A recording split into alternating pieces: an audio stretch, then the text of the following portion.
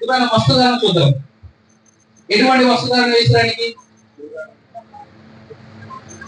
First ఒక dress చేసి dress ని వేరే డ్రెస్ పెడతారు. Okay okay, please follow me follow me follow మీ.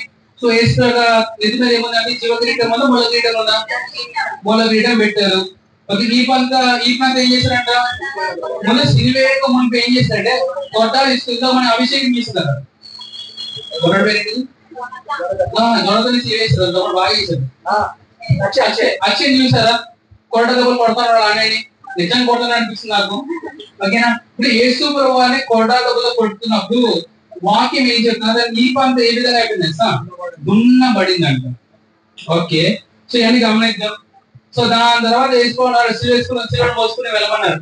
ఇక్కడ జోనతన్ అయితే సిలువ మోసుకుని వచ్చేసాడు. కానీ అక్కడ ఆ యేసు ప్రభు వారు సిలువ మోయడానికి కూడా ఎనర్జీ లేకుండే. సమస్యలు పడిన వారు నా దగ్గర విశాఖిస్తాను ఆయన వ్యక్తి ఎనర్జీ ఇన్ బాడీ అన్నమాట. సో అటువంటి రీతిలో ఈ శిలువ త్యాగం జరుగుతూ ఉంటది. సో ఆఖరిగా శిలువ ఎక్కించిన తర్వాత ఆయన నాకు దాహం వేస్తుంది, నాకు దాహం వేస్తున్నాడు. నేను భక్తిలో స్లో అంటూ పుట్టి వాటర్ గుడ్. ఎవరికైతే దాహం ఇస్తా ఉన్నాడు, వాళ్ళు కావాల్సింది ఇస్తా ఉన్నాడు. అని ఆ మూమెంట్ లో నాకు దాహం వేస్తుందా అంటే ఎవరు కూడా నీరు కూడా తెచ్చేవారు ఇచ్చారు. ఏం చేశారు? సోర్ వాటర్ ఇచ్చారు.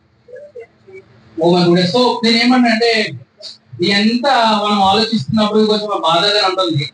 కానీ ఏమన్నా ఈ బాధతో అయినా సరే let us go and preach Jesus.